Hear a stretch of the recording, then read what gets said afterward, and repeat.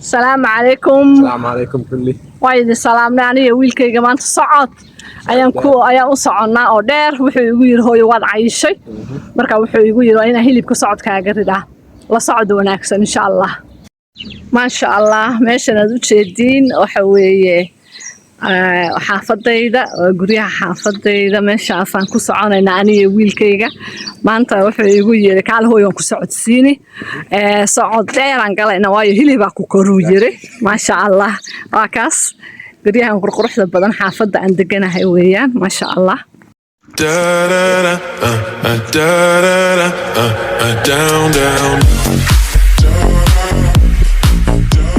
alla ninkii dheera uu iga orday war ha iga ordin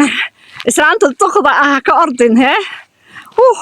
maanta wallahi way socodsiiyay subxaanallah dhalinyarada iyo markaa duq noqoto isku mid ma ahan meel qurqurux badan arag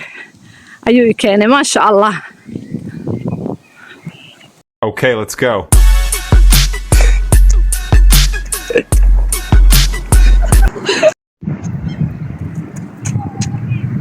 meesha waxaan ugu cayaaraa bingo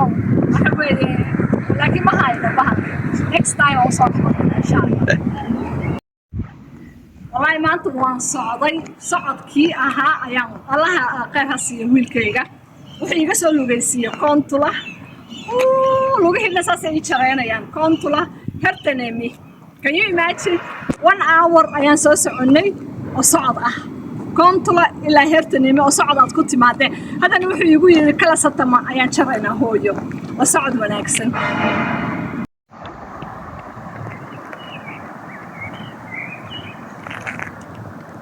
hooyo ma daalan tahay Allah hooyo halka iga soo socodsiisay Kontula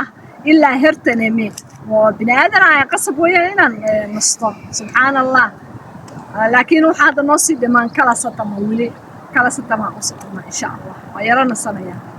maanta igu darneed inankaygu wuxuu yiri hooyo buurtaas aan korno muujeedaan buurta wallahi billahi warbaan aragnay war Soomaaliya wallahi inankaygu wuxuu rabaa wuxuu yiri bisha 6aad inaad dhuubatidaan rabaa hooyo inaan caatoodid ayaan doonayaa ayuu yiri marka buurtood u jeedaan tan uu korsiinayaa oo la qof 90 kiilo ah ayuu yiri buurtan kor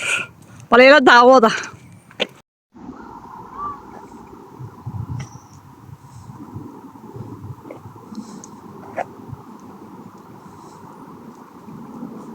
warmeesha waa maxay buurtan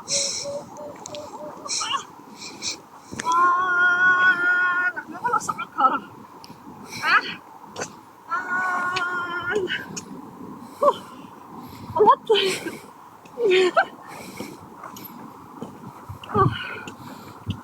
حسنا ما محي ما انت نادي شي له رقاي اعوذ بالله صح Soomaaliya inay soo ard ka qabtay inaan kayga caloosha weyn u rabaa inuu yeelo Soomaaliya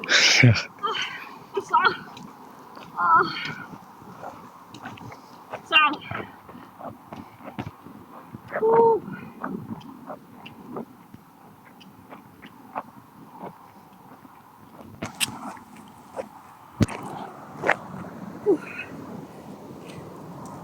أنا كهر مرة يسكر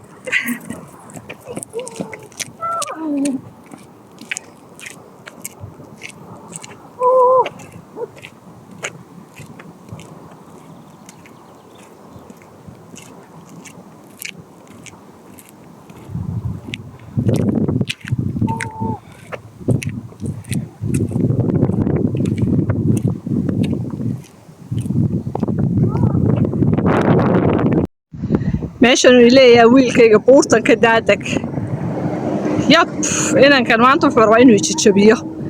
si kale uguma socdo ma sha Allah qurux hooyo meesha uu keenay wiilkayga bismillah maanta kii socod ahaa siday ahaydaan uga soo go'ay quruxda filan ileen meel qurqurux badan ay leedahay aan dadka socdo miishi jim baan aadaa shaqo guri school inta saa u dhaxeeya reer socod miishi laakiin haddaan bilaabay socodka daawasho wacan meelahan viewga aad u qurux badan yihiin waaw meeshan qurux badnaa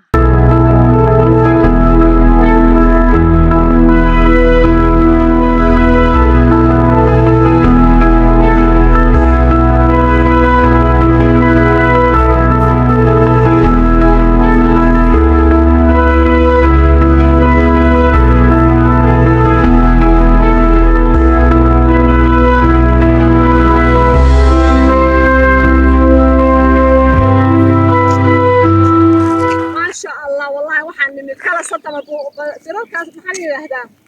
سلالكاas aad u jeedin waxa weeye kala satama waa u jeedaa wax yar ayaan u soconaa kala satama 8 kiiloomitir hadaan ku darna kala satama waxa weeye 10 kiiloomitir weli 2 kiiloomitir kala noo sii dhiman wallaahi waa maanta ma sha Allah aad baan u socday aad gabdhaha Soomaaliyeed soo wada bax mulkayni socodsiinaysay guriga ka soo wada baxa islaamaha gabdha ma ahan islaamaha wada nahay soo wada baxa